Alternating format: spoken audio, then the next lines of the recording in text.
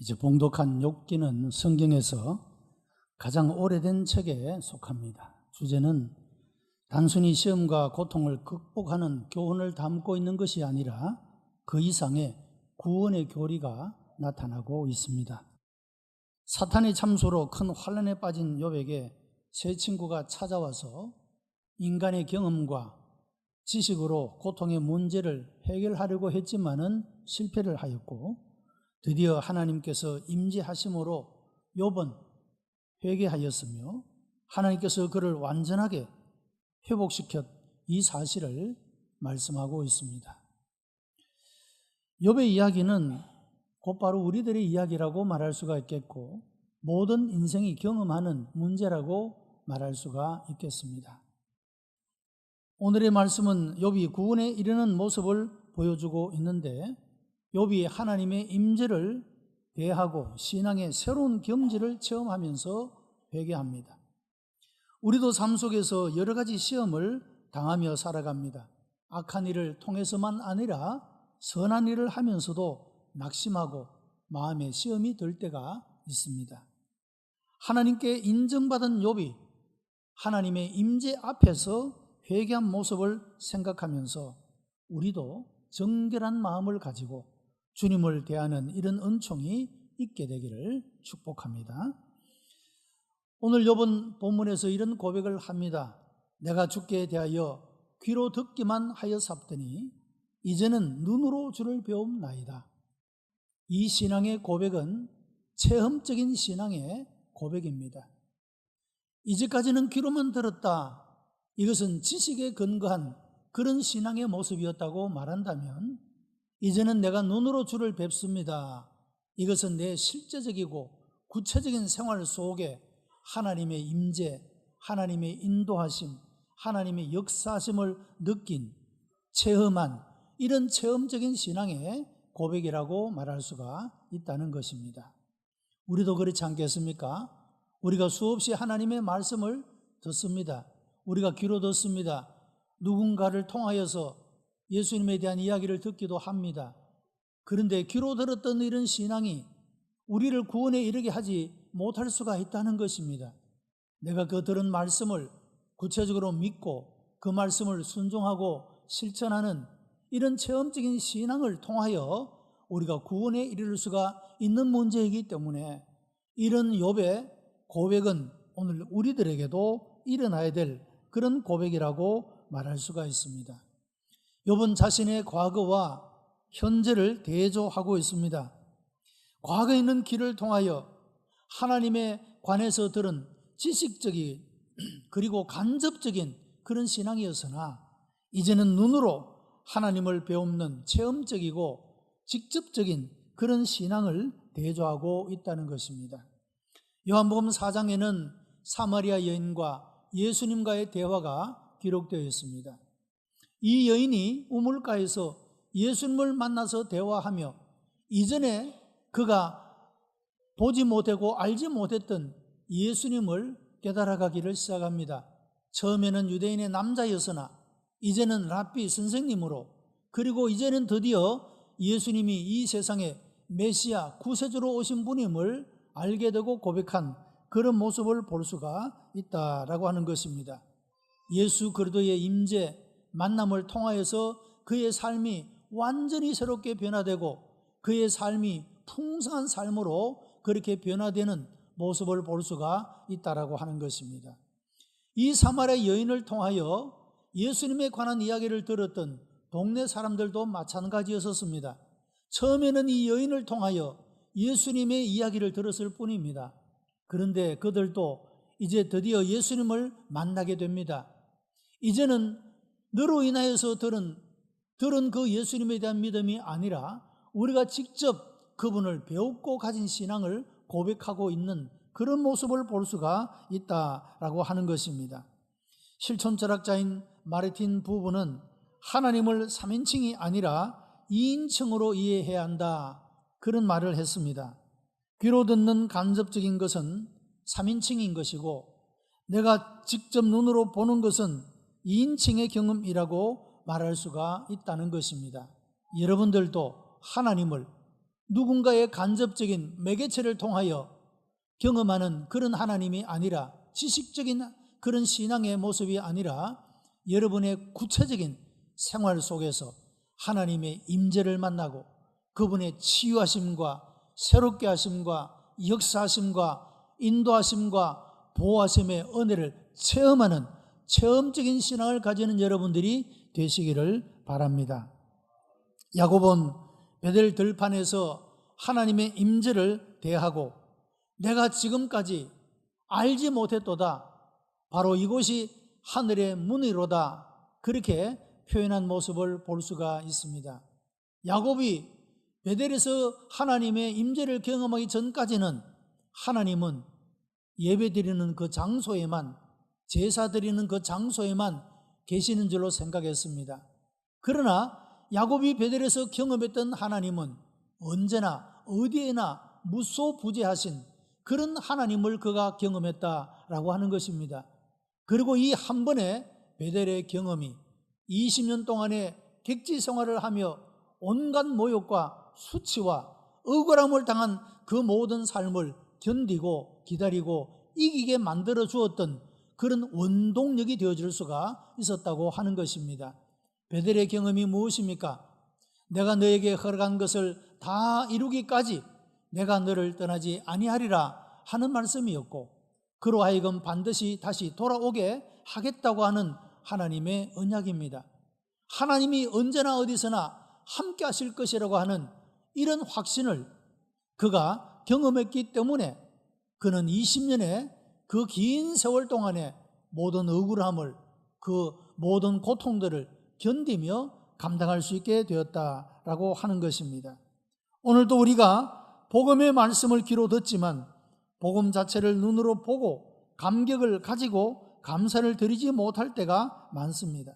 하나님에 대해서도 사람을 통해서 귀로만 듣는 신앙이 아니라 내가 직접 이 하나님의 말씀이 진정 진리의 말씀임을, 이 말씀이 정말로 나를 살리는 생명의 말씀임을, 이 말씀이 나를 새롭게 하는 능력의 말씀임을 여러분이 스스로 체험하고 경험함으로 우리가 이전에 드리지 못했던 감사를, 찬송과 영광을, 하나님을 높여드리는 이런 삶을 살아갈 수 있는 그런 우리 복된 성도가 되시기를 바랍니다.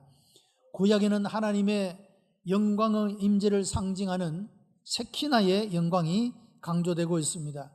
이스라엘 백성들이 광야를 행진하게 될 때 하나님은 그 백성들 가운데 임재하신다는 상징으로 낮에는 구름 기둥으로 밤에는 불 기둥으로 하나님의 임재가 그들 가운데 나타났던 그런 모습을 볼 수가 있습니다. 솔로몬이 성전을 봉헌하게 될 때 성전에 하나님의 영광이 가득 찼더라, 빽빽한 구름으로 하나님께서 그들 가운데 함께 하신다는 것을 나타내 보이신 모습을 볼 수가 있습니다. 이것이 이스라엘 신앙의 절정이요 영광이었다고 말할 수가 있을 것입니다.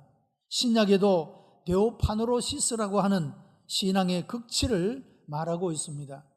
다메섹 도상에서 바울은 이제까지 핍박하고 대적했던 그 예수님을 만나게 됩니다. 그리고 그 경험을 통하여 그가 완전히 새롭게 되고 변화를 받아 이제는 예수 그리스도를 증거하는 자로, 복음을 위하여서는 내 생명도 아끼지 않느라고 고백하는 자로 변화되었던 그런 모습을 볼 수가 있습니다.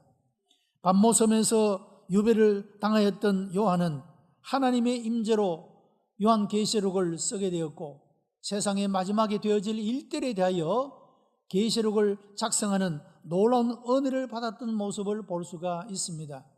여러분, 이와 같이 하나님의 임재를 만났던 모든 사람들은 그들의 삶이 새롭게 되고 변화되어지게 되며 그들의 삶이 치유받고 회복되어지게 되며 인간다운 삶으로, 풍성한 삶으로 새롭게 되어지는 놀라운 은혜를 얻게 되었다고 하는 것입니다. 사랑하는 성도 여러분, 오늘도 하나님을 예배하며 하나님의 성령의 임재하심과 역사하심을 사모하고 기다리는 여러분 모두에게 여러분의 삶의 구석구석 가운데 하나님의 임재와 이런 능력의 역사가 나타나게 되기를 주님의 이름으로 축복합니다. 특별히 신약에서 강조하는 것은 하나님의 임재는 예수 그리스도를 통하여 나타난다고 하는 것입니다. 요한복음 1장 18절에 보면 본래 하나님을 본 사람이 없으되 아버지 품속에 있는 독생하신 하나님이 나타내셨느니라고 말합니다. 누가 하나님을 보았겠습니까? 아무도 보지 못했습니다. 그러나 예수님을 통하여 그 아버지를 예수 그리스도를 통하여 볼 수 있도록 나타내었다라고 말하고 있다는 것입니다. 구약에서는 귀로 들었던 하나님을 하나님이 보이신 환상이나 상징을 통해서 보았습니다. 그러나 신약에서는 하나님이신 예수 그리스도를 통하여 직접 눈으로 볼 수 있게 하셨다는 것입니다. 예수 그리스도는 그런 의미에서 하나님과 인간 사이에 유일하고도 절대적인 중보자입니다.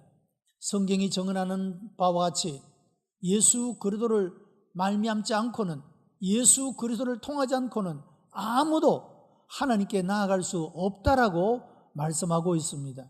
여러분, 우리들도 예수 그리스도의 그 보혈을 힘입어 담대하게 오늘도 우리는 하나님의 은혜의 보좌 앞에 나와서 예배를 드리는 것입니다. 여러분, 우리가 어떻게 감히 하나님의 이름을 부를 수가 있으며 하나님의 거룩하신 존재 앞에 설 수가 있겠습니까? 우리는 불결하고 나약하며 연약한 하나님 앞에 감히 설 수 없는 존재이지만 예수 그리스도께서 십자가에서 흘리신 그 보혈로 우리의 모든 죄를 씻기시고 우리를 정결케 하여 주심으로 그 은혜를 힘입어 우리는 하나님의 은혜의 보좌 앞에 오늘도 담대히 나올 수 있게 되었고, 그 하나님의 존귀하신 이름에 감사와 찬양과 영광을 올려드리는 이런 삶이 가능하게 된 것입니다. 이 모든 것은 예수 그리스도, 우리의 유일하고 절대적인 중보자이신 예수님을 통하여 이 모든 것들이 가능하게 되었다라고 말씀하고 있다는 것입니다. 예수님께서는 요한복음 14장 9절에서 나를 본 자는 아버지를 보았다라고 말씀하고 있습니다. 사랑하는 성도 여러분, 우리는 예수 그리스도를 통하여 나타난 하나님을 이제는 눈으로 배움나이다. 우리의 구체적인 생활 속에서 하나님의 임재하심, 역사하심, 그 은혜와 은총을 경험하면서 우리들도 과거와는 다른 깊은 신앙과 확신하는 믿음으로 여러분, 이제는 내가 눈으로 주를 배움나이다. 변개할 수 없고 뒤로 물러설 수 없는 확신하는 이런 신앙의 고백들이 이어지게 되기를 주님의 이름으로 축복합니다. 이 고백은 세상적인 많은 경험을 한 이후에 나타난 고백입니다. 욥기의 내용은 인생의 축소판이다 할 수가 있습니다. 욥기는 여러 가지 환난과 고통을 겪은 이후에 마지막에 이 고백을 하고 있다는 것입니다. 다시 말하면 새로운 경지에서 나온 그런 신앙의 고백입니다. 욥이 당한 시험은 인간이 겪을 수 있는 시험과 고통에 그야말로 극치라고 말할 수가 있을 것입니다. 절망의 깊은 골짜기와 고통의 수렁에서 몸부림치며 헤매는 그런 모습을 볼 수가 있지 않습니까? 여러분, 욥은 건강에도 치명적인 손상을 입었습니다. 그의 10명의 자녀들이 다 죽어버렸습니다. 그가 가지고 있던 부유한 모든 재산은 한꺼번에 다 날아가 버리고 말았습니다. 육체적으로, 가정적으로, 경제적으로 그가 가질 수 있는 것은 아무것도 없었습니다. 여러분, 그럼에도 불구하고 욥이 고백한 신앙의 고백이 무엇입니까? 이 모든 것 주신 분도 하나님이시오, 이 모든 것을 취하신 분도 하나님이시오니 내가 내 입술로 하나님께 범죄치 아니하리이다. 오직 하나님이 영광을 받으시옵소서. 이렇게 고백하고 있는 모습을 보게 되는 것입니다.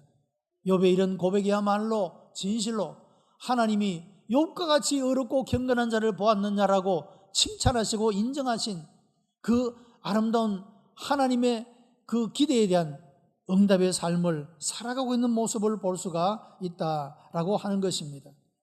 로마의 신화에는 시지푸스가 제우스 신에게 벌을 받아 큰 돌을 산 아래에서 산 꼭대기까지 올리는 이런 벌을 받게 됩니다.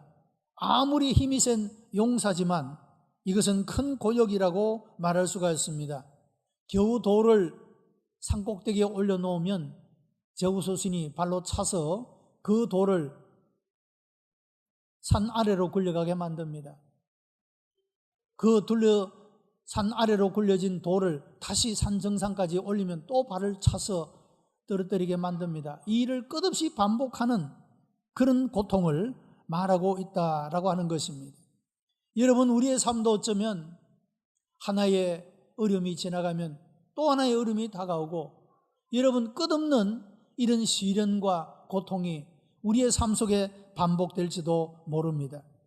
그러나 이번 일은 극심한 고통과 환난의 그 끝에서 그는 새로운 경지에서 구체적인 삶 속에서 하나님의 임재를 만나게 되고, 이제까지는 내가 귀로만 들었지만 이제는 내가 내 눈으로 주님의 임재하심과 역사하심과 회복하시는 이런 하나님의 은혜를 봅니다라고 고백했던 것과 같이 여러분의 삶에도 이런 놀라운 신앙의 고백이 일어나게 되기를 바랍니다.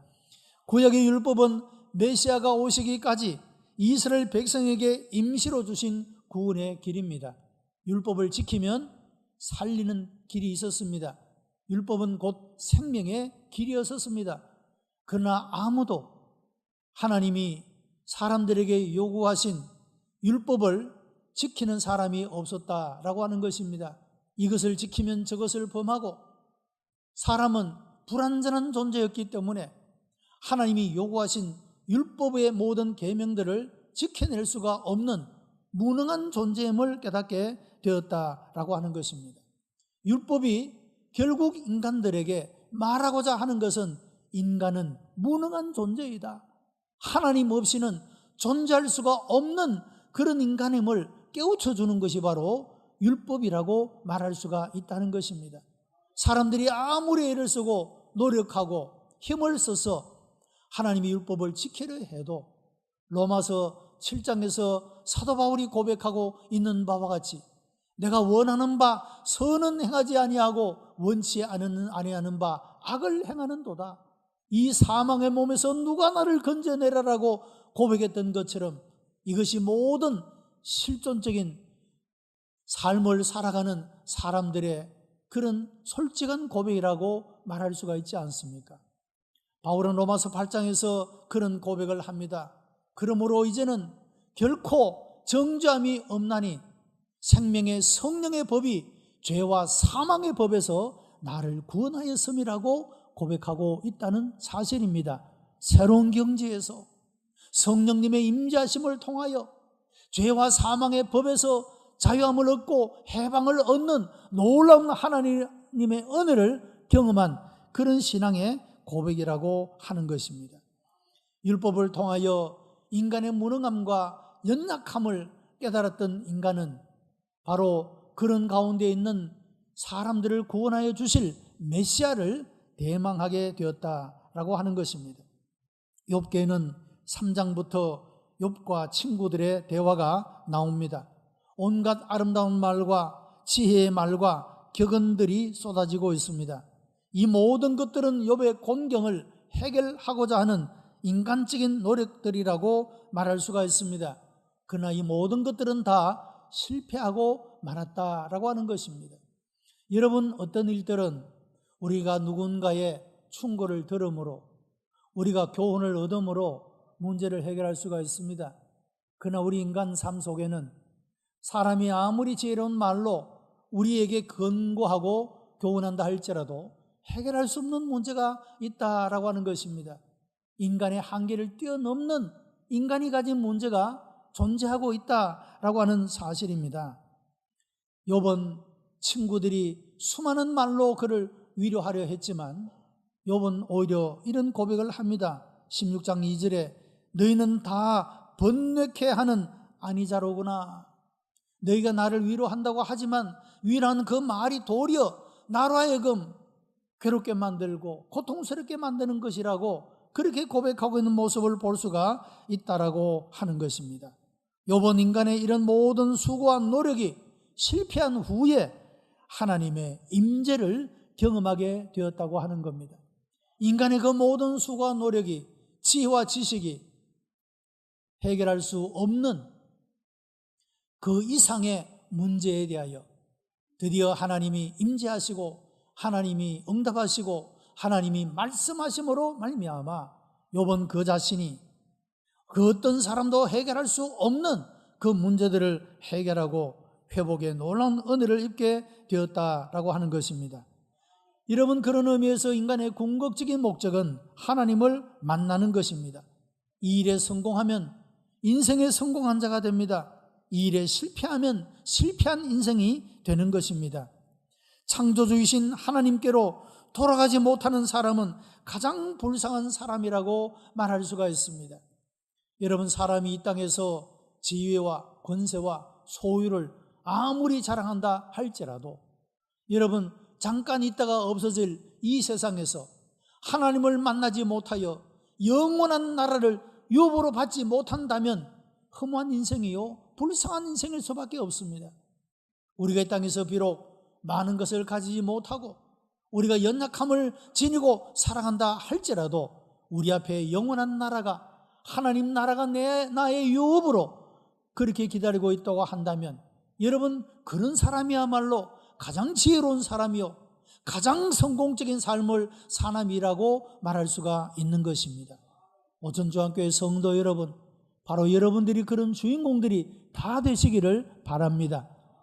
없어질 허무한 인생으로 끝나버리는 것이 아니라 영원한 미래가 기다리고 있는 사람, 하나님을 만나는 사람, 그래서 우리의 삶이 새롭게 되고 변화를 받아 하나님이 기대하시고 원하시는 그 삶으로 응답하는 삶을 이 땅 가운데서 살아가고 하나님이 우리를 부르시는 그날에는 하나님이 예비해 놓으신 영원한 날에 들어갈 수 있는 이런 삶을 살아가는 사람이야말로 인생의 가장 지혜로운 사람이요 성공한 사람이라고 말할 수가 있다는 것입니다.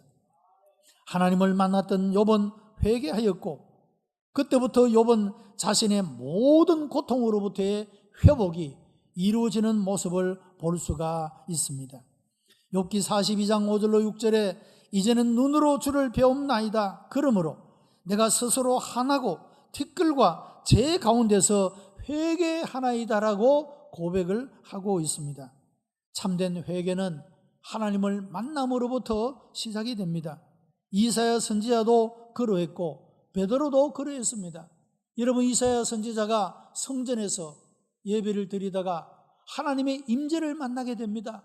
화로가 나여 망하게 되었도다라고 거룩하신 하나님의 임재 앞에 서게 될 때 그 자신의 모습이 얼마나 추한지 죽게 되었다라고 고백한 모습을 보게 됩니다. 여러분, 베드로도 주님을 3번씩이나 모른다고 부인하고 주님을 떠났던 그가 부활하신 주께서 그를 찾아와 그가 다시 주님을 만나게 되었을 때 내가 주님을 사랑합니다라고 고백하게 되고 그의 생명을 바쳐 복음을 전하는 자로 변화된 모습을 볼 수가 있다라고 하는 것입니다. 여러분, 이와 같이 성경에 나타난 모든 사람들은 우물가에서 예수님을 만났던 사마리아 여인처럼 성전에서 예배드리다가 하나님의 임재를 보았던 이사야 선지자처럼 그의 직업의 현장으로 삶의 현장으로 돌아가 있던 곳에서 주님을 만났던 베드로처럼 말이죠. 여러분, 우리가 우리의 삶의 그 모든 현장에서 하나님의 임재를 만나고 하나님의 역사하심을 만나는 복된 성도들이 되시기를 바랍니다. 하나님의 임재를 만나게 될 때 모든 회복이 이루어지더라고 하는 것입니다. 요한 3서 1장 2절에 내 영혼이 잘됨과 같이 내가 범사가 잘되고 강건하기를 내가 원하노라 하는 말씀이 있습니다. 여러분, 영혼이 잘된다고 하는 것은 하나님과의 관계가 잘 이루어지는 것을 말합니다. 하나님과의 관계가 잘 이루어지는 영혼이 잘되는 삶을 살아가게 될 때 하나님은 범사에 복을 주시는 것입니다. 육체의 강건함도 허락하여 주신다, 그런 말씀입니다. 회개는 영혼이 잘되는 길이요 회복의 역사가 나타나는 첩경입니다. 욥의 회복이 어떠했습니까? 참으로 완전한 회복이었다 할 수가 있지 않겠습니까? 욥기 42장에는 욥의 회복을 상세하게 기록해 주고 있습니다. 먼저 치명적인 그의 모든 건강이 회복되어졌습니다. 날마다 기왓장으로 가려운 몸을 끌고 있던 이 욥의 모든 건강이 다 회복되어지게 되어졌습니다. 잃어버린 10명의 자녀가 새롭게 10명의 자녀를 얻었는데 그 중에는 딸이 셋이었는데 이 셋이 요즘으로 말하면 미스 코리아 진선미에 속할 만큼 이 자녀들, 이 딸들만큼 전국에서 아름다운 딸들이 없었다. 하나님께서 자녀들도 회복해 하시는 이런 은혜를 주셨습니다. 재산을 들여다보게 되면 그가 처음 가지고 있었던 재산보다 배나 하나님께서 회복시키신 모습을 볼 수가 있습니다. 뿐만 아니라 그는 140년을 살면서 4대 손을 보는 이런 놀라운 복을 누린 모습을 볼 수가 있다라고 하는 것입니다. 욥은 사단의 시험을 받아 비참한 고통의 10년에서 허덕였으나 그의 눈으로 주를 배웠고 고통에서 벗어나 완전한 회복을 이루며 이전에 비할 수 없는 아름답고 풍성한 삶을 살아갈 수 있게 되었습니다. 욥은 그런 고백도 했습니다. 내가 육체의 이 가죽을 벗은 후에 하나님을 볼 것이라 그렇게 말하고 있습니다. 부활의 소망, 영원한 생명에 대한 소망을 고백하고 있는 그런 모습을 볼 수가 있다라고 하는 것입니다. 사랑하는 성도 여러분, 오늘 우리의 삶 속에서 하나님의 임재와 인도와 보호와 이런 역사의 은혜를 만나게 되기를 바랍니다.